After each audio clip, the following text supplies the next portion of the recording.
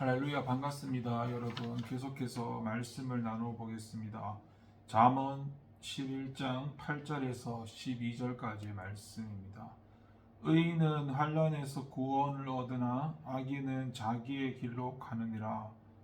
악인은 입으로 그의 이웃을 망하게 하여도 의인은 그의 지식으로 말미암아 구원을 얻느니라. 의인이 형통하면 성읍이 즐거워하고 악인이 패망하면 기뻐 외치느니라. 성읍은 정직한 자의 축복으로 인하여 진흥하고 악한 자의 입으로 말미암아 무너지느니라.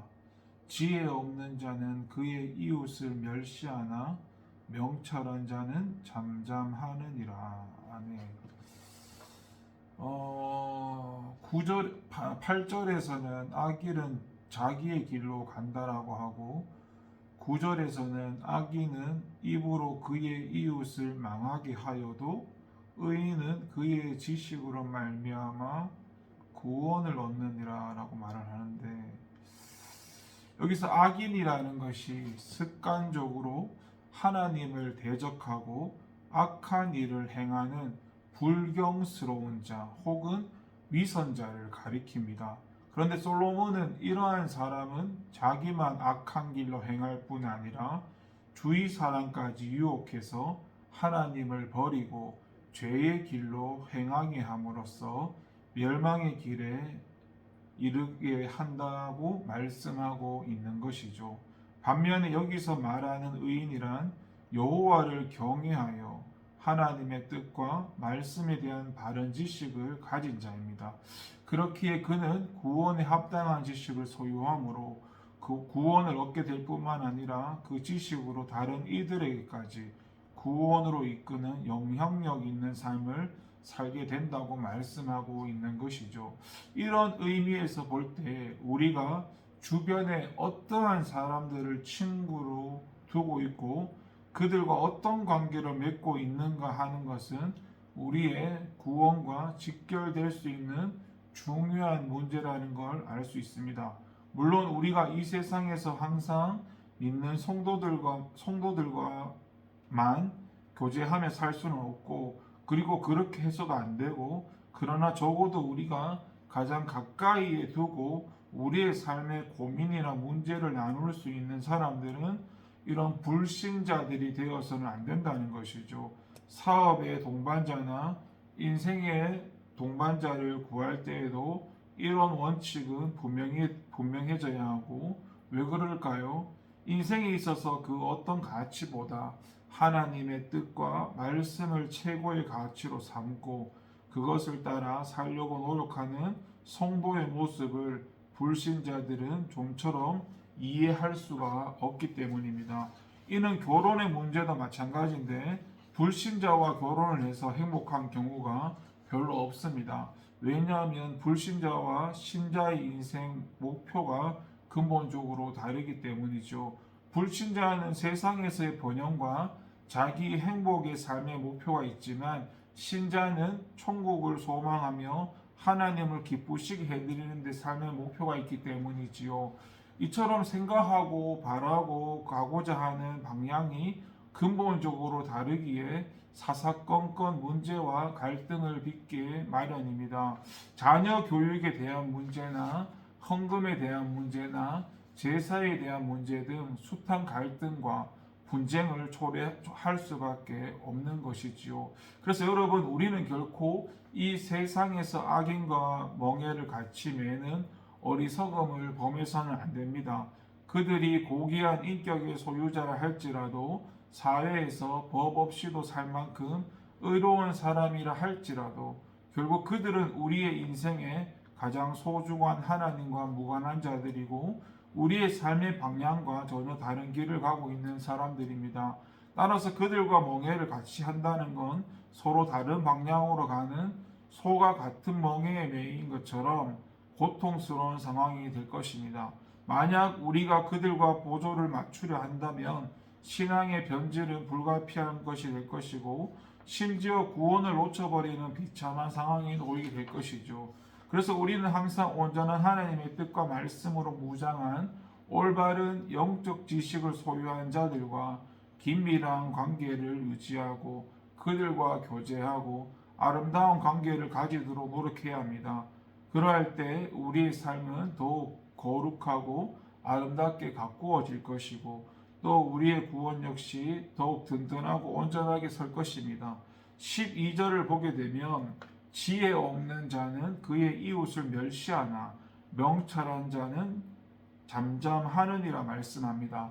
여기서 언급된 멸시라는 말은 상대방의 어떤 특정 행동에 대한 비판이나 비난이 아닌 그 사람을 향한 전인격적인 모욕을 의미합니다. 이 멸시라는 말 자체에는 내가 상대보다 우월하고 뛰어나다는 생각에서 기인되는 어떤 업신여김이나 낮추어 봄이 바로 멸시라는 것인데요. 따라서 일반적으로 나보다 우월하거나 뛰어나다고 생각하는 사람에 대해서는 멸시한다는 말을 사용하지 않죠. 그렇게 볼 때 이웃을 멸시하는 자는 객관적으로 남들보다 뛰어나거나 우수한 면이 상대에 대한 우월 의식이 내재되어 있음을 전제하고 있다고 볼 수 있습니다. 그러나 솔로몬은 자신이 아무리 우월하고 뛰어난 자질과 능력을 가졌다 할지라도 나보다 부족하고 못한 사람들에 대해 업신여기거나 무시하는 자들은 지혜가 없는 어리석은 사람일 뿐이라고 교훈하고 있습니다. 그러나 반대로 자신이 남보다 뛰어나거나 지혜로움에도 불구하고 잠잠할 수 있다면 그 사람이야말로 명철한 자고 참 지혜자임을 밝히고 있죠. 왜냐하면 자신이 남보다 조금 뛰어나다고 해서 그것이 남들을 업신여기거나 교만할 이유가 되지 못함을 그는 잘 알기 때문에 그렇습니다. 왜냐하면 세상에는 자신보다 더 능력이 뛰어난 사람이 많을 것이고 그렇지 않다 할지라도 하나님 앞에서는 그는 연약하고 무능하고 부족한 존재에 불과하다는 사실을 잘 알기 때문이죠. 참 지혜를 가진 자는 모든 능력과 권세와 재물이 하나님께로부터 왔기에 자랑할 것도 교만할 것도 멸시할 것도 없고 오직 하나님을 향한 감사와 찬양만 있을 뿐임을 잘 알고 있는 사람이죠. 예수님께서는 누가복음 18장에서 오늘 본문 말씀에 잘 부합이 되는 한 가지 비유 말씀을 들려주셨는데 바리새인과 세리가 각각 기도하러 성전에 올라가게 되었는데 바리새인은 기도할 때에 하나님이여 나는 다른 사람들 곧 토색, 불의, 간음을 하는 자와 같이 아니하고 이 세리와도 같지 아니함을 감사하나이다. 나는 일에 2번씩 금식하고 또 소득의 11조를 드리나이다 라고 기도하면서 자신의 의를 드러내고 다른 죄인들은 철저히 멸시하는 기도를 하나님께 드렸습니다. 반면 세리는 멀리 서서 감히 눈을 들어 하늘을 바라보지도 못하고 가슴을 치면서 하나님이여 불쌍히 여기옵소서 나는 죄인이로소이다 라는 기도만 되풀이 하였었죠. 누가 봐도 바리새인이 진정한 의인이고 참 지혜자인 것처럼 생각될 수 있겠지만 예수님의 판단은 정반대였고 왜냐하면 바리새인은 자신이 다른 사람들보다 뛰어난 의를 행하였다는 생각만으로 교만하였고 다른 사람들을 멸시하며 업신여기기 때문입니다. 여러분 우리는 분명 하나님께 특별한 은총과 사랑을 받은 사람들입니다.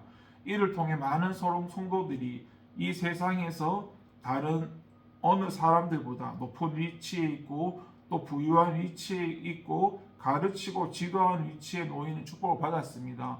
그러나 이것이 결코 스스로에 대한 교만이나 타인에 대한 멸시의 근거가 되어서는 안 됩니다. 그것은 하나님의 은혜와 사랑을 헛되게 만드는 일이고 참 지혜를 잃게 하는 원인이 될 수 있기 때문입니다. 그래서 우리는 이런 악하고 어리석은 자세를 버리고 오히려 상대의 부족함을 긍휼히 여기고 덮어주고 싸매어주고 가르치고 깨우쳐서 새로운 깨달음을 얻도록 돕는 진정한 지혜자가 되어야 할 것입니다. 기도하겠습니다. 하나님 감사합니다. 우리가 하나님 앞에서 사람들 앞에서 어떤 사람이 되어야 하는가, 어떤 사람의 태도와 중심을 갖추어야 되는가, 다른 사람도 아니고 내가 먼저 하나님 앞에서 하나님의 사람, 믿음의 사람으로 세워져야 하고 내가 어떤 사람이 되느냐에 따라서 다른 사람들에게 또 어떤 영향력을 끼칠 수 있는가에 대해서 말씀하고 있는 것처럼 우리가 어떤 사람과 어울리는 것도 그들의 영향을 받기 때문에 특히나 우리는 영적인 존재이기 때문에 영적인 것들을 보이지 않지만 그것에 대한 영향력을 받기 때문에 이왕이면 하나님의 사람과 믿음의 사람과 영적인 사람들과 관계하고 가까이하고 교제하는 것이 여러 가지로 믿음으로 살아가는데 많은 도움과 영향력을 끼친다는 것입니다. 이왕이면 하나님의 사람을 가까이하고 믿음의 사람을 가까이할 수 있는 분별력을 주시고 또 우리가 믿음이 성장되어져서 다른 사람들을 불쌍히 여길 줄 아는 그런 긍휼함도 함께하여 주시옵소서. 오늘 하루도 주님의 다스림과 지도와 인도를 따라 살아가게 하옵소서. 감사드리고 예수님의 이름으로 기도드립니다. 아멘.